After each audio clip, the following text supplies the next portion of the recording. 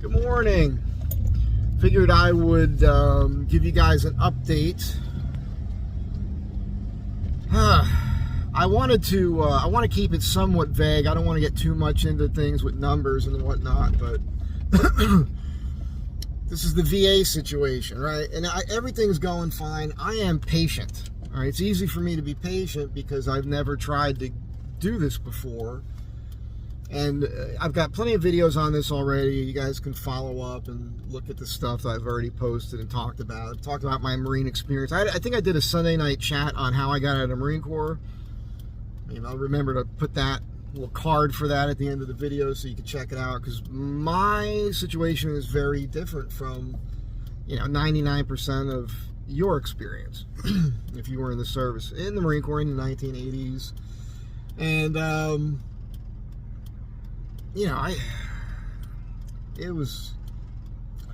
I got busted when I got there, and then after that, even though I was really a good Marine, I wasn't a shitbird Marine.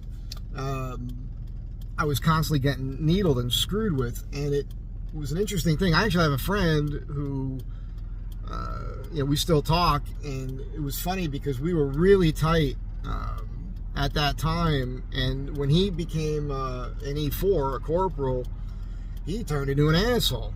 He just started treating me like shit too. And all these years later, he actually called me, he apologized. He explained to me, he's like, that's what the command told me to do.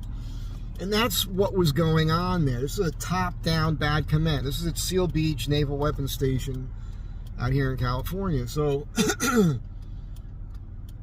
a series of things had happened, and I realize now, after talking to him and putting it all together and putting more thought into it, that I was forced out. That's just how it is. And they made me sign this paper when I was getting out. They coached me to lie about a pre-existing condition, and then I signed this paper which forced me to lie. And I'm not a liar. So that was always something in the back of my mind. And the paper basically was that getting out the way that I did, it was under honorable conditions. I was told change to honorable after 6 months, doesn't really matter. It didn't hurt me in my life, really. The experience did. But then what happened was, she said, I can't get this. She was this warrant officer, that I can't get any benefits, no medical benefits or anything like that. So that's just what I believed all these years. And over the years, from time to time, I'd talk to some vet and he'd be like, that's not right. You can go to the VA and all these other things. And I just never did it. And I didn't want to think too much about it because I didn't know how to navigate it. And I had other things on my mind just trying to survive. And the things that happened turned a gear in my brain, when I was 19 years old, that it wrecked my life in a way. And this is not woe is me, woo-hoo, boo-hoo, but it was behavior. I was basically, how do you say, coached is the wrong thing. It's conditioned. I was conditioned to act certain ways when I'm needled. If I perceive you as screwing with me, I start getting some really bad thoughts in my head, and I get in your face about it. And you can't do that in the real world with people. So it ruins relationships. It makes it hard to hold a job. All these things, all because of this thing. And I wasn't putting all that together all these years, decades. And because I lied and I didn't fulfill my commitment, for me personally, that was a problem in my brain. And I didn't realize how it was manifesting itself that way. And especially where I come from, Jersey. I go in, everybody knew that's what I was going to do, and I go in, and then I'm home in a short amount of time, about less than 2 years, I'm home, and, now you got people needling you and screwing with you with that, and, you got to explain yourself, and it's just one bad thing after another. It just made life way more difficult than it needed to be. At any rate, we'll put all that aside for a minute, so we'll jump forward to now, and, several years ago, a while ago, I remember talking to a friend of mine who retired out of the Marine Corps, 27 and a half years, combat veteran, all of that. And we had never really, he kind of knew my story, but I never really gave him the for instances, like this happened and that happened and this happened. And when I did, he looked at me and he said, that sounds like PTSD to me. And I was like, come on, man. You know, like, I think that's, you got to be like in combat and things like that to, you know, do that. But that always kind of stuck with me. And then when I would talk, then it made me feel more comfortable about talking to other people maybe I wasn't as close to about it.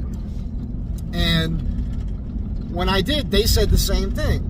And I thought, all right, you know, but I'm not the guy. I'm not going to be walking around like, oh, I have PTSD. Like, to me, it's just a weird thing, especially when there's guys out there that have really seen and experienced horrible things, in particular in combat, right? Because I look at it like you're competing with that. The wrong way to look at it. But that's how I see it. So I felt like my issues are, I should be able to deal with my own issues. And I'm a pretty smart guy, and I know me very well. And when I recognize something, some behavior within me, I really work it out in my brain, and I figure out ways to correct it. I told some stories here on the channel. This has been over the last couple of years. And when I did that, some of my followers here, viewers, subscribers, whoever you are, a lot of you got people that watch this aren't subscribed. Help a brother out, man. Anyhow, I said something one day I remember, and I explained what had happened to me about them making me sign that paper that basically waived my rights to any sort of benefits from the VA. And the guy reached out to me. Actually, I got several emails from a few of you on, like, they can't do that. That's impossible. They can't do that. So, all right, fine. And I had other friends, even older than me, veterans, who had actually sent me paperwork and also other information. And you should do this. And you got to talk to that person. And never did it, never did it, never did it, because I didn't believe there was anything there. Right? Because they made me sign this thing that I lied. Like, I lied. They made me create a scenario of pre-existing conditions so that I could get out, because they were making my life so miserable with just constant, and you watch the video, you'll see, screwing with me. And I mean, to the point where I mentally snapped, and I yelled at a major as a private, and nothing happened to me because I was right. I yelled at my sergeant in front of a whole section, threatening to kill somebody if they do this again to me, and nothing happened to me. Matter of fact, the next day I got my rank back because I was right. There were a lot of things that had happened. But again, I wasn't going to go through all the motions and go to the VA because I just didn't believe it in my mind. Like, what am I going to get out of it? You know, I mean, I didn't do that long a time, and I just had all the wrong ideas in my head. I did not know. And the funny thing happened was I built the van for travel and camping and adventuring, and I like going into state parks. And if you were a veteran, you can get in for free, but the only way for me to prove it for years was to have a copy of my DD-214 with me. And about a year ago, I was out in the desert here, Joshua Tree, and I brought my DD-214 in, and the ranger there, so we don't take these anymore. There's too much personal information on them. You have to go and get a veteran's driver's license. And I thought, oh boy, okay, that's what I'll do. So I figured that out. And in Los Angeles, it's really interesting because there's a lot of VA offices around that are not the main VA hospital, which is all the way on the west side. There's actually a lot of these facilities within a couple miles of my apartment. And there's one downtown. It's in I think they call it the Patriot Building. I believe it's the oldest building in downtown, or at least one of them. So I went down there and you know, go upstairs. The guy I'm working with is a Marine as well. And he does within minutes. The paperwork's done. All I got to do is take it with me to the DMV. It's already in their computer. And I did all that. It worked. But while I was sitting there talking to him, I was telling him some of the stories. And he looks at me and he goes, sounds like PTSD to me. I'm like, come on, man. Seriously? He's like, yeah. He's like, you need to go. Because he understood. I told him about the ankle issue. And I got this tinnitus thing, which is a real freaking problem. So he convinced me, like, finally, because I'm actually, up until this point, it was just you. Who the hell are you? I don't know what you know. I didn't talk to anybody in the actual VA. So let's go, man. I'm trying to get to this light before it goes out. This guy's on his phone or something. It's in a Tesla. These Teslas, man, they got these giant screens in the dashboard. Whoa. And they're looking at their screen instead of driving. It's crazy. At any rate, I'm getting on the highway here, so you're going to see me get frustrated. So, okay, when you're merging onto a highway, you got to get up to the speed of the cars that whose lane you're trying to get into. And this Tesla's doing like 30 miles an hour in front of me, and I don't understand it. All right. Okay. We're off to the races. So, as I was saying, I'm talking to a guy who works for the VA. He tells me I should go, so that's what I do. And I'm not going to get into that whole story because that was a fiasco. I went to the wrong place. I eventually talked to the right guy. He's supposed to help me, but he doesn't. He doesn't do anything for me. But I did get in the system. And so they start sending me emails and letters. And all I did was follow through on whatever it was they asked me to do. So I've been doing this all on my own, and it's been working out. So it's been okay. And so I made 3 claims. And I keeping in mind, 0 expectations. I didn't think anything would happen with this. None of it. I still just couldn't accept the fact that it could be this simple. And also, I think in the back of my mind, I thought, because as things started progressing, I was like, really? Because then it was aggravating in a way, because I realized I should have done this decades ago. But it was a different climate back then. Things are a little bit more efficient, right? Because of computers and everything.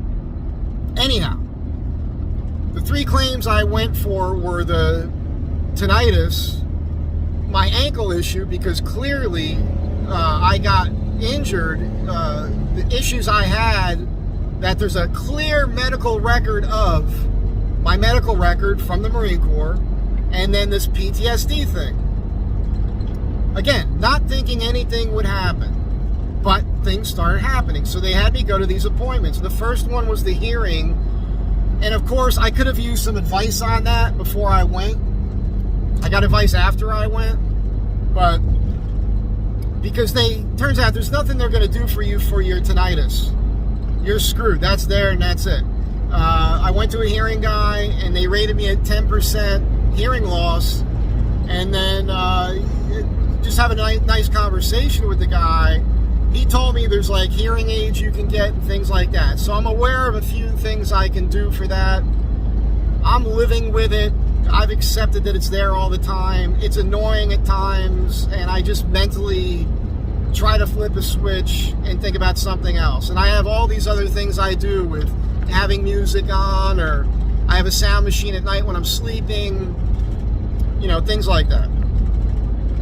And then I went in for the ankle stuff. I had to talk to a guy who happened to be Mike Tyson's brother, of all people, and he was super cool. When I went in there, he says, he's looking at my records, and he looks up at me, first words out of his mouth were, "They railroaded you."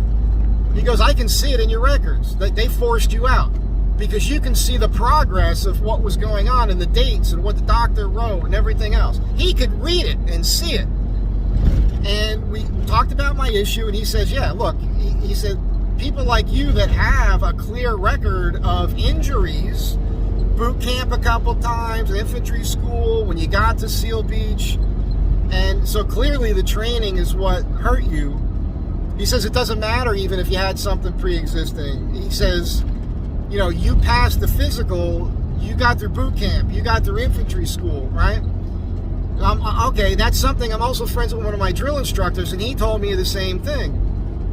And I should have listened to him years ago and gone through this, but again, we're past that now. Anyhow, I get the ratings back for those two things, and I had not yet went to talk to a head shrinker, right? So, all right, they give me a 10%. They start sending me checks now for the hearing, but they denied the ankle thing, which is weird to me. And I got a little, you know, my first thought was, I got to find this doctor. I got his name. I know who he is. Like, I wanted to go confront him and be like, hey, motherfucker, like, what the hell did you say? What did you do? You told me one thing, you did another. Like, I didn't know how to respond to that. So I called a friend of mine who's a combat veteran. I knew him when he was a kid. He's younger than me by like 10 years or so, and I had a big impact on his life, and he's a great guy. He was his dad. I was friends with his dad, and he was kind of a punk kid when he was like 15 and doing drugs and stuff. And his dad asked me to talk to him, so I did, and we've been friends ever since. And he went into service and went into another branch of service and became kind of a tier 1 operator, shooter medic, and badass. Worked with the SEALs and everything. And he's now retired out, so he's getting his military pension. And I called him because I remember talking to him at one point, and he said that he made a claim for all this stuff too, so he's getting disability benefits. I figured he might be able to help me. He's one guy I know that I've known for decades who's worked through this process, and he referred me to a guy. His name's Jeremy. He's a great guy. You guys are going to meet him at some point. And so Jeremy is a veteran, and he used to work for the VA as a rater, R-A-T-E-R, for the VA. So that's a guy that reads all your medical stuff, and like they train them for this. Like they learn how to read doctors speak and doctors script, because it's chicken scratch. I look at my records, I can't understand it. I can't look at my records and make these claims to the VA because it's like there's codes that they're using. I don't know what any of that crap means. So he told me, he said, look, this guy, I had a disability rating of X. I went to this guy. He charges 1 to 2 months of whatever he's able to get you. So let's say he gets you 100% disability rating, and a 100% disability rating at this time is about $4,000 a month, give or take.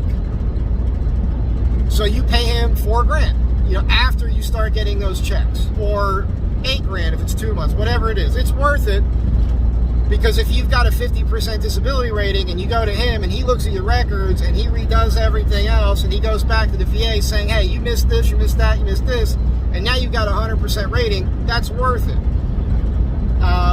There are companies that will do that for you. Many of them will charge up to 5 months of whatever your rating is that they get you.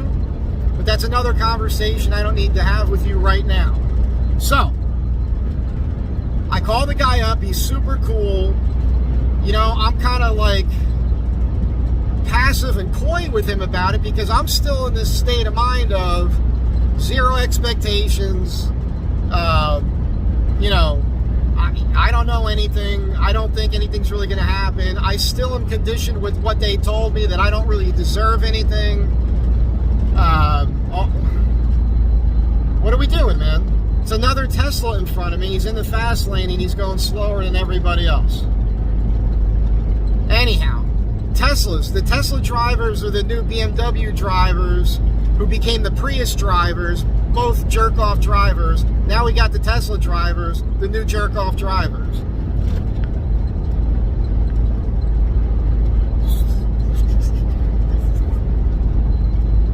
That's what the Marine Corps turned me into right here. The guy, now I want to rip his head off. I don't know who the guy is, Anyhow, so I talked to this guy, Jeremy. He's super cool, and initially he says to me, he says, look, send me records, I'll go over it. Because I told him the story. I said, I just got the rating for the ankles, doesn't make any sense to me, so he needed to see the records. I had not yet gone to see the head shrinker.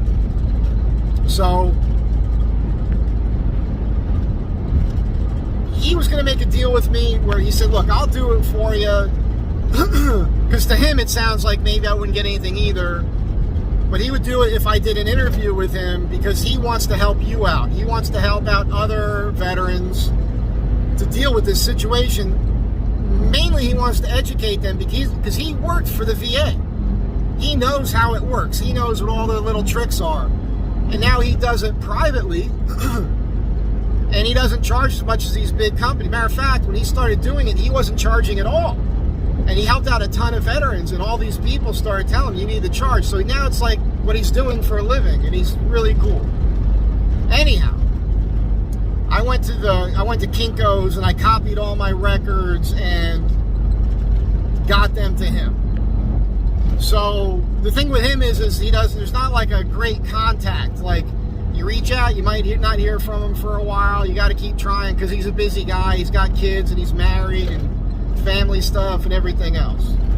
I look at it like he's kind of just doing me a favor at this point, right?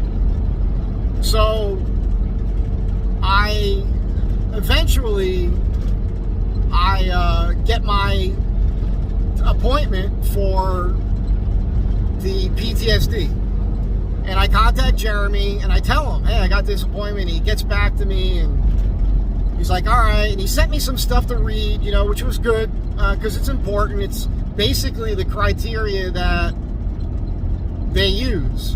And I'm like, oh, okay, well, that's good for me. I don't lie about anything. So, like, I read it, like, oh, well, that makes sense, because I have this and I have that. And it reminded me of a couple things, like, oh, yeah, like that I never really have brought up before, because it just seems, because, like, one of them is dreams, right?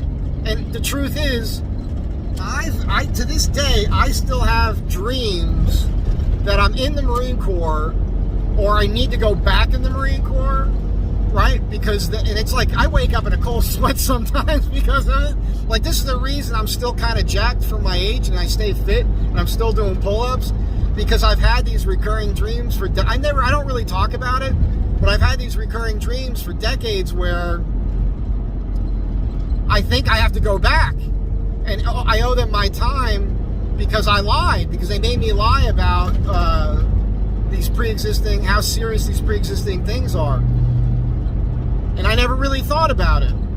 Anyhow, that was just one of the things that were in there where I was like, oh, okay, that's just good to know.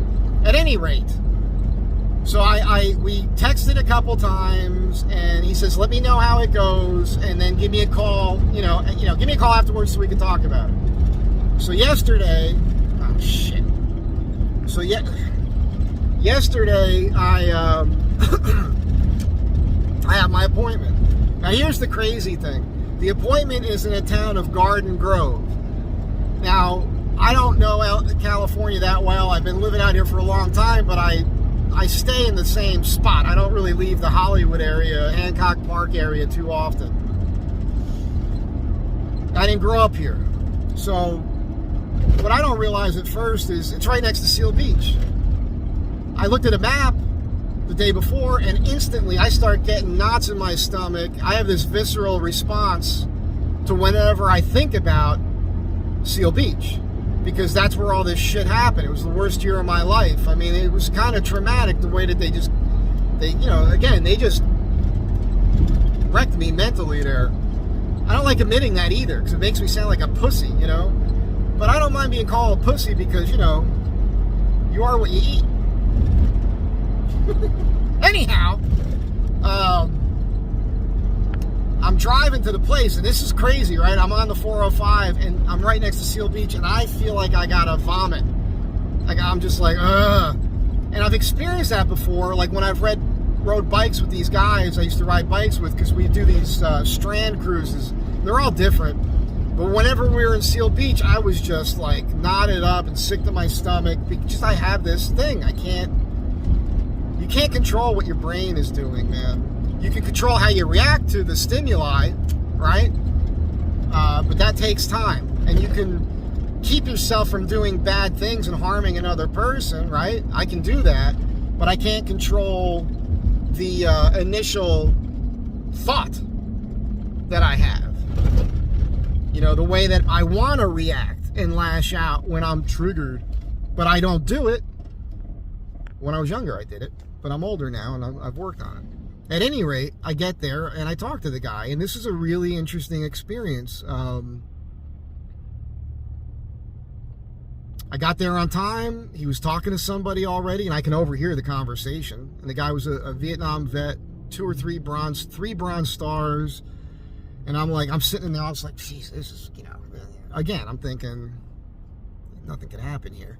And then he goes over 10, 15 minutes. Guy was nice, came out, apologized. I'm like, it's fine. I go in, I talk to this guy, and it was really funny. He was So I know psychologists and psychiatrists. I'm friends with some of them. I have some of his clients. A lot of them are pretty wacky people, man. You don't go thinking that psychiatrists or psychologists are like with it. Like they're better than anybody else and they've got life worked out. They're just as wacky as you are. And this guy is he's a really nice guy. And he did help me out, actually. He said a couple of important things.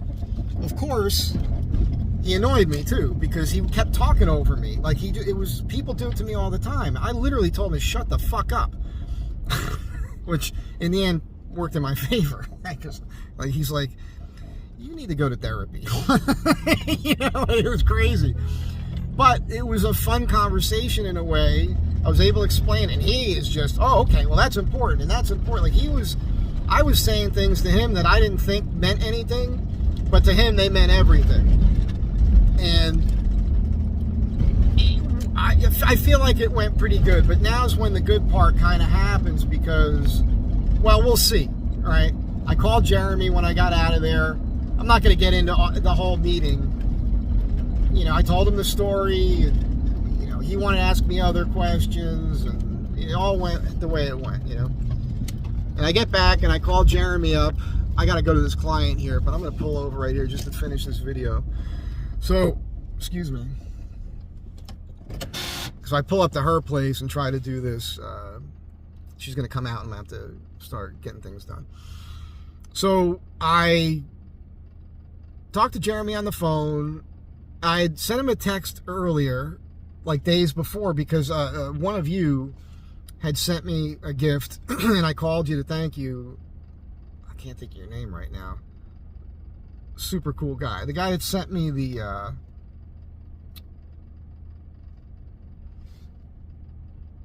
propane, the rechargeable propane tank.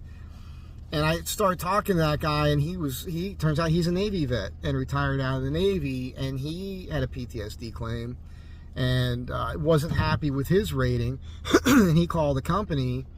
They take 5 months of your rating. They got him 100% disability, and he was so happy with that company that he's been recommending it to other veterans.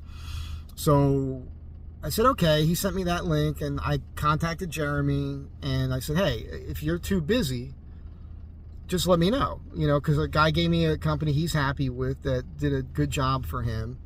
And he got back to me, he says, bro, he's like, whatever you got to do. But just so you know, I have gone through your stuff. I got things to tell you. I just been waiting for you to go to the PTSD interview. Oh, okay. Dude, no sweat. I'm going to stick with you. It's all good. And that's when he sent me some information to peruse and everything else. That's all he was waiting for. He hadn't made that clear to me earlier. So, I call him up, I leave a voicemail, he calls me back within 5 minutes. He's like, great, this is what I've been waiting for, how'd it go? I tell him, he goes, that sounds good.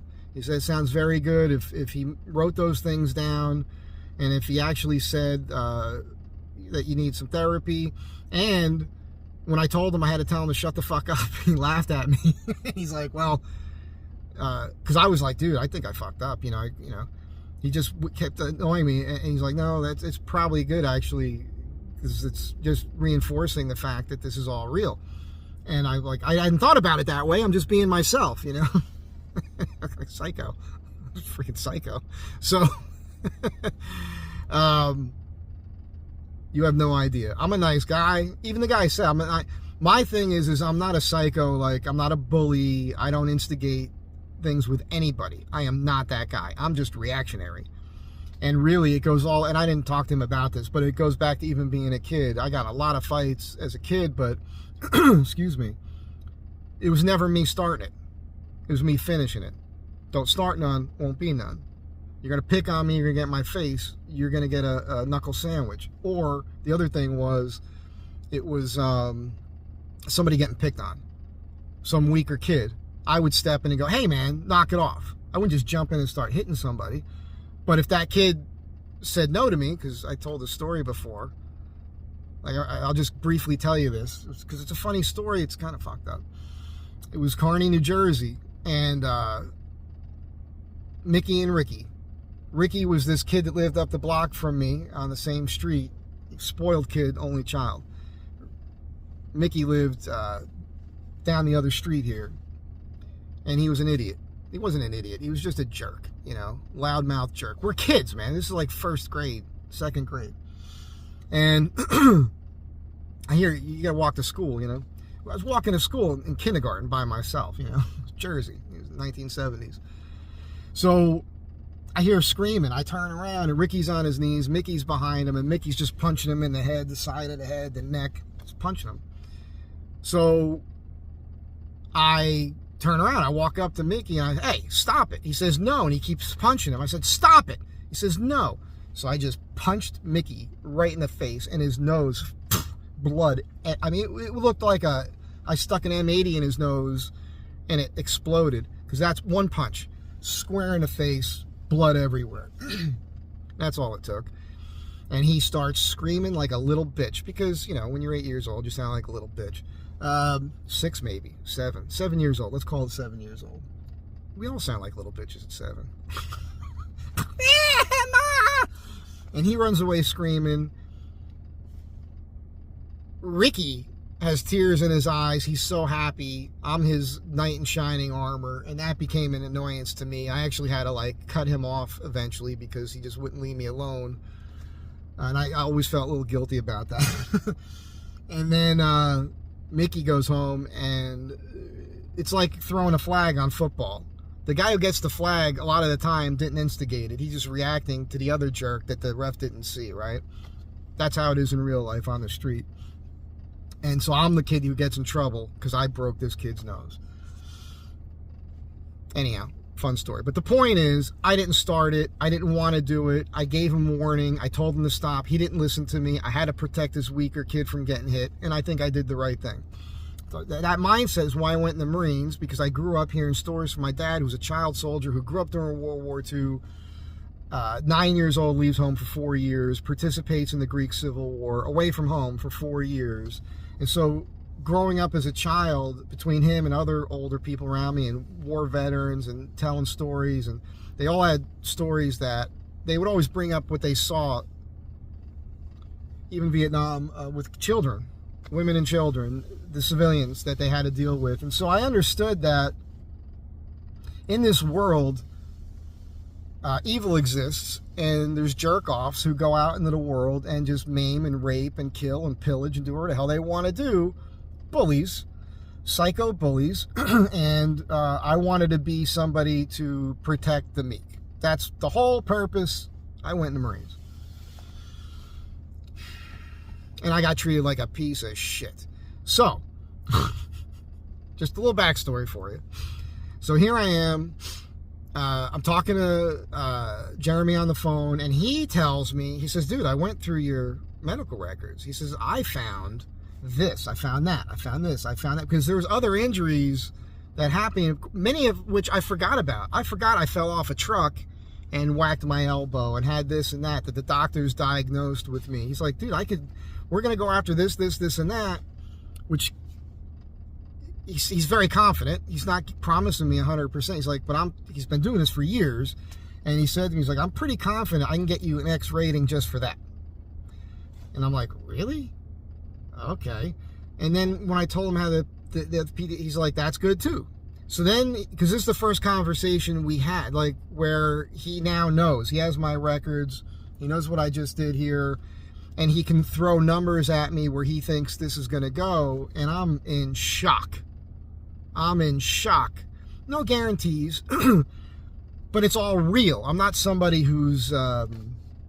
I'm not trying to manipulate this system. You know, I have zero expectations, so no matter what, I'm already happy with the 10% thing, and they're sending me $172 and change a month. I'm like, that's awesome. You know, fills the gas tank. You know what I mean? But all I'm saying is it's looking good, and I don't want to get too much into this anymore. And the reason you guys helped me, the veterans here that nudged me, and then the preceding videos I did on what happened, I was doing for you, but what I didn't realize was it was bringing this to the surface where it needed to be to motivate me to take the action, because I've been suppressing it, because that's what you do. You suppress things that are uncomfortable. It's normal human behavior. It's not always the right thing to do. Sometimes it is. But I was suppressing it.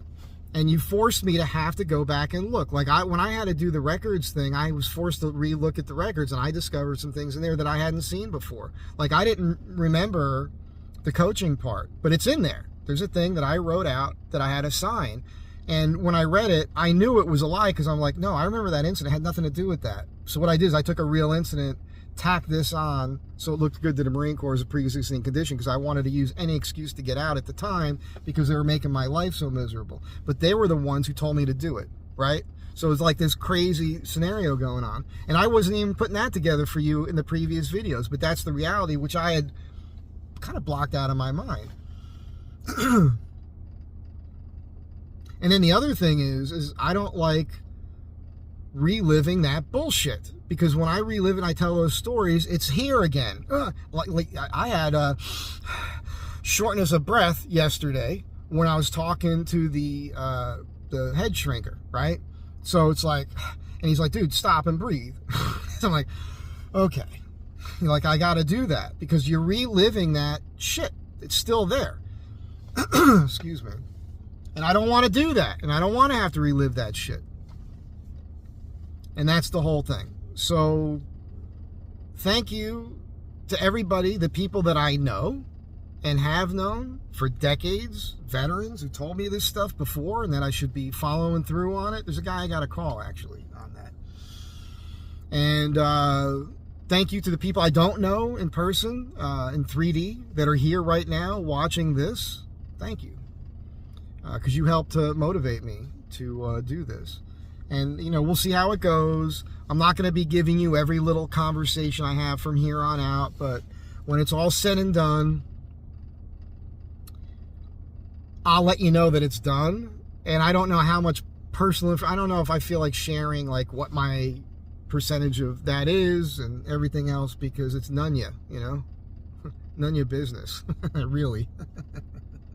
But I wanted to put this out there because I wanted to help out other veterans. I know that when I first went to the VA and went to the hospital, where that guy didn't do anything for me, really, another guy reached out to me here who had never thought about going to the VA. He'd been paying his own health insurance for decades, and he wrote to me and he said, dude, I feel like an idiot. I've been doing this for like 30 years, paying health insurance. I went to the VA, took care of it right away. I got an appointment to get a surgery, and everything got taken care of. So I've already helped out other veterans. So that's what this whole channel is for. I keep telling you that every video. I really want to, you should be getting something positive out of it, I hope. That's my hope. Which is interesting. That was kind of cathartic, because I told the story about being a kid, and I just want to help out the meek, help out weaker people, and help out people that can't help themselves. And I guess because of that, I've been coming off as like this strong person, and I am. But here I am explaining to you that I have my own issues. You know, it's taken decades for me to confront this bullshit that they put me through that shouldn't have happened. It's beyond your normal, all right? I know there's a bunch of Marines rolling their eyes right now like, you're a fucking pussy. That's fine. The friends that I still have, that I talk to from time to time, that I served with at Seal Beach, who then went into the fleet, have all told me the same thing. Like, that's the worst base they were ever on. And they understood after leaving Seal Beach that that was a fucked up command. And that comes from the top down. What happened to me in my BEQ, my room, when I was by myself with this piece of shit sergeant and this gay predator corporal and the major, the commander of the base, with all three of them giving me shit for nothing that they made up in their head just to push my buttons and try to make me snap and go crazy, and then I did. That's criminal. It's, when you really boil it down, it's criminal what they did. And that's just the main incident. There was a bunch of little ones that led up to that. Then I fucking blew a gasket, literally threatening to kill somebody, screaming at my major in his office, and then getting my rank back the next day because I scared them? Or what? It was actually, that's another thing I learned in my records. It said in my punishment, I was supposed to get like 3 months of this NJP punishment. They took a month's pay. I had to go to drug and alcohol rehab. They did 3 months of punishment, not 2.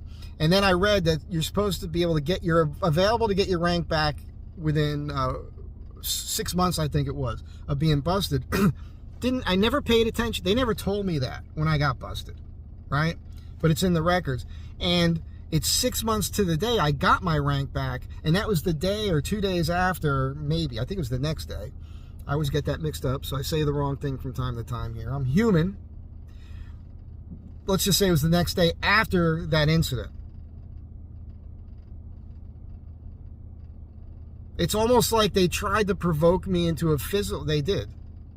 Didn't try to. They did. That was their goal. Provoked me into a physical altercation so they had an excuse not to give me my rank back. That's really what that boils down to. It's a psychological warfare bullshit. And anyhow, at any rate, rather, and then there was other incidents, and then the big one at the end where I wrecked the truck, and then I got into a physical confrontation with another jerk off. And then that's when the coaching happened, all this other stuff. Watch the video. I'll tag it on the end here. So, anyhow, I'm actually feeling kind of good about it. We'll see what happens. Now, it doesn't matter if they don't recommend the PTSD thing. I think I'll get some rating out of that. But I know that Jeremy's got my back on this, and he's going to go through with the medical part of it. And regardless of whatever it is, it's going to be more than 10% in the end.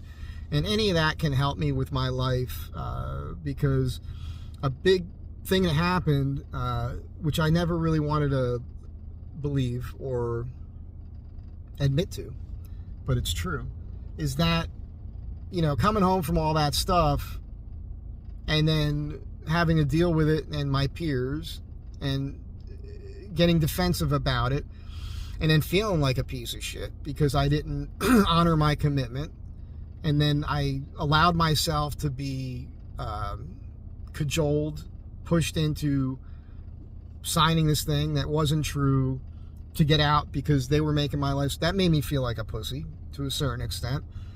And that has been weighing on my brain in the back for so long. And then this short fuse that I ended up developing because of that, where, and then all the bad behavior I was suicidal a few times, and I was passively trying to kill myself for decades with really bad behavior, engaging in very, very bad and dangerous and sometimes criminal behavior, and not being able to hold a job down because I'm on a job and then there's some dude giving me shit. Like a bully, typical bully. Bullies exist, especially in the blue collar world.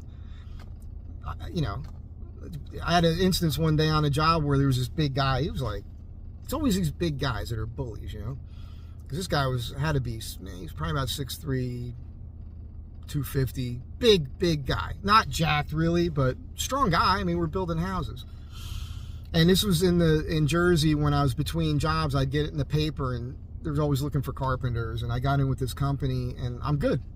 I was good back then. And so I was doing trim, and I didn't know this guy. He didn't know me, and the guy who owned the company hired both of us. And the other guy had been working for him for like a week already or so. We were doing trim in this office. And we're talking throughout the day here and there. He's doing his thing, I'm doing my thing, and getting to know each other. And he was threatened by my presence.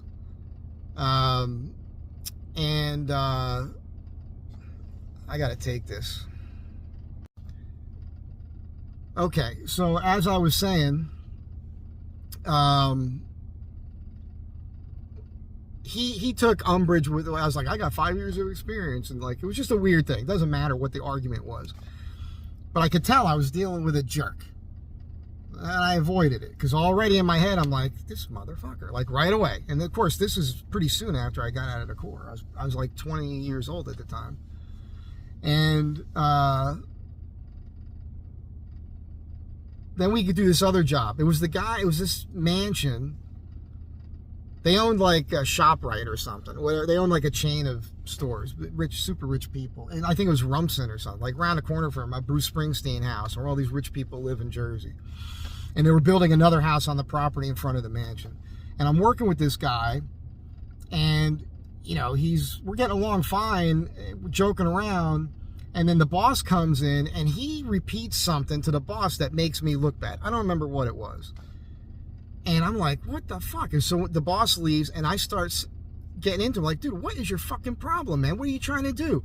His whole thing was trying to make himself look good, trying to make me look bad. That was what was going on in his brain. I could smell it a mile away. And he starts mouthing off to me. I drop my belt, and I'm going, and I got my hammer in my hand, which isn't good. Like, I'm telling you, man, it's not, dude, please don't push me, because I'm going to bury this hammer in your fucking skull now. That is where my brain went.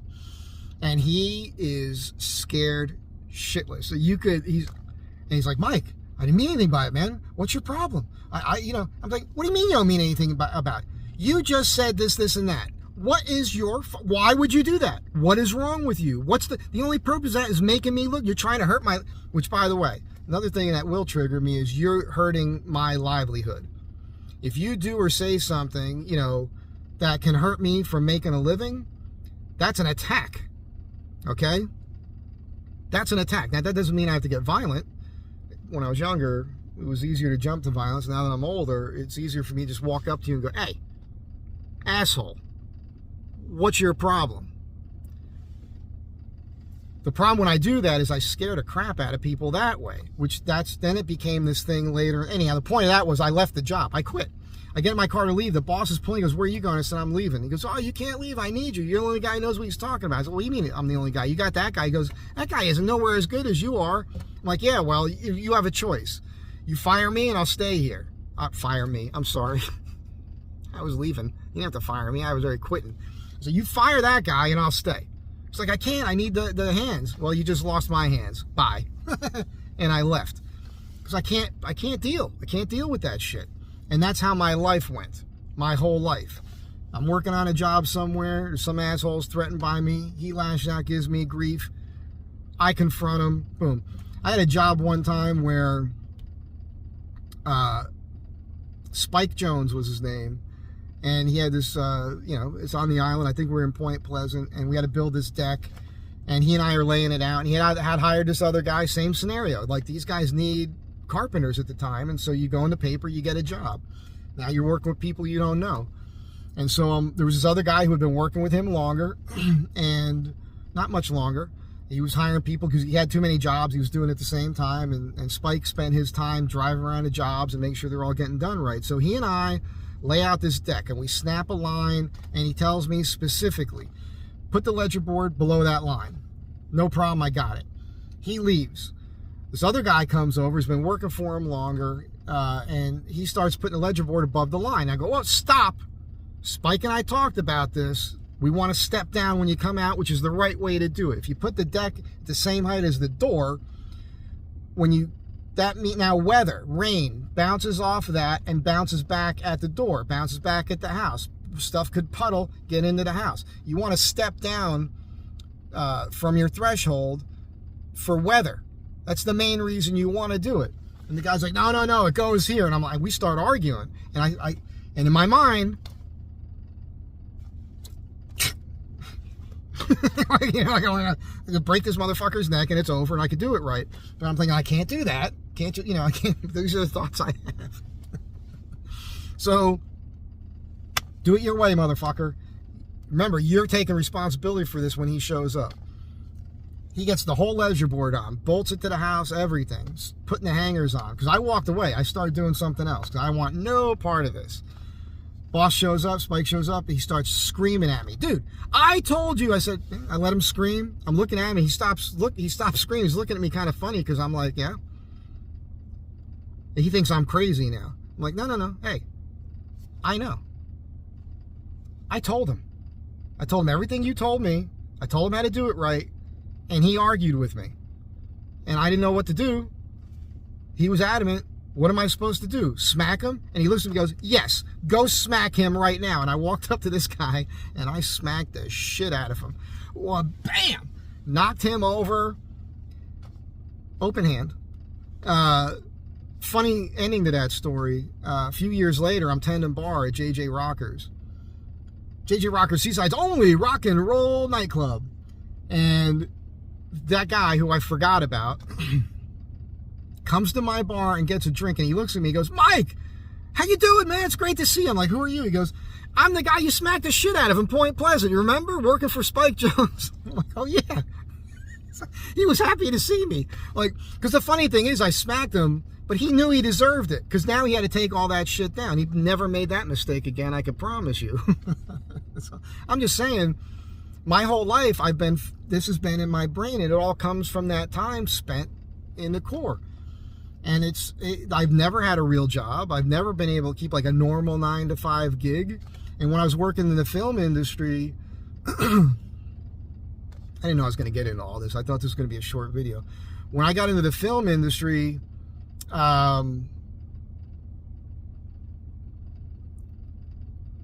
it was easier because you're only working for so many weeks or so many months on a film, and then you're on with a new crew. The problem was that I scared people, and especially I was very good at what I did. So when I first got in and I got with the good crew, where they were paying good money and a lot of jobs went union, and I never joined the union, it's another story. They were cool. I did a job. It was fine. And I was so good at it that I quickly, within a couple movies, worked up to being, actually, with the very first ones, really. Instead of just being a set carpenter where you're building flats, I was lifted to prop maker. And then I eventually became prop maker on all these other TV shows and movies. And then I eventually did some construction coordinator or foreman on a TV show, things like that. But, you know, I expect people to do what they're being paid to do. And the film industry doesn't work like that. They don't hire you because you're good at it. They hire you because you're likable. And I'm a pretty likable guy. But when I'm working, I want to lift everybody's ability around me. And I'm telling you to do something a certain way. You should do it. And if you don't, I'm going to be like, hey, this is how you got to do it. And when you're that direct with those people, they can't handle it. So they'd complain. And that would be a problem for me. And so I stopped not getting hired as much, and I also ended up walking away from the business because of just dealing with those types of people.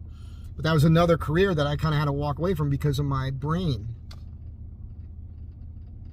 And I had a real problem, and I had this incident, it's almost 8 years ago now, where I had a death experience where I literally left my body. And this gets crazy now, because a lot of people are rolling their eyes, you don't believe in it, but it's true. And I was given the option to go home, and I chose to stay. I said, well, life's been interesting lately, because I was helping people out. He said, okay, and I came back, and I've been a different person for the last 8 years. This has been the happiest time of my life, and I've been able to put these pieces together in my life, like looking back, oh yeah, I understand what I did here, I understand what I did there.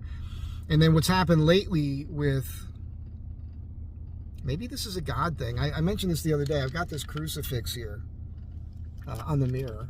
Well, you can't see it. It's kind of tied up here. And I told the story how I found it underneath this building. And maybe that's what this is too, you know. It's all a God thing. And thank you, Lord, and the universe, because I've been able to. You see that quick startle response? If my window is down and she walked up to say something to me, my hand would have just went, what? Like, you know, it's not good. I have this crazy startle response. Anyhow, the last 8 years have been wonderful. And you guys nudging me was good, because it's forced me to confront these things where now I realize what's been going on. And now I can get past it. I just feel a little bit silly about it, because I'm going to be 58 years old in a couple weeks. And I can't believe I've been living for decades not dealing with this crap. Like, my life has been way more complicated than it needed to be for decades. And now I'm finally... I feel like a weight has been lifted already, regardless of what happens with all this VA stuff. I already feel better. Just finally understanding, and Like this guy, he was a weird character, this psychiatrist. He wanted to talk more than I did, like I said earlier, and I was like, you're a weird guy, man. You know, aren't you supposed to be doing the listening and I'm supposed to be doing the talking? I really think he just had to go to the bathroom because he was rushing me out of there. I did less than an hour talking to him. Supposed to be there for up to 2 hours. Anyhow, I got enough out of it, and I just wanted to share that with you. Now you know. I don't have to talk about this anymore, hopefully, until, you know, we find out what happens with this rating thing. But I want you to know this is the story. And if I ever did something where I said something to you and I got direct in your face about something, made you feel bad and it scared you or something like that, I'm sorry. You probably shouldn't have been doing what you were doing. And don't test me. I'm still not 100%. I'm working on it, I promise. Again, this is why I always remind you, be kind. Try to be the best version of yourself possible. And let's help make the world a better place. Let's help uplift one another. And just know, you don't know what's going on in somebody else's mind. All right? Be good to one another. I'll catch you in the next one.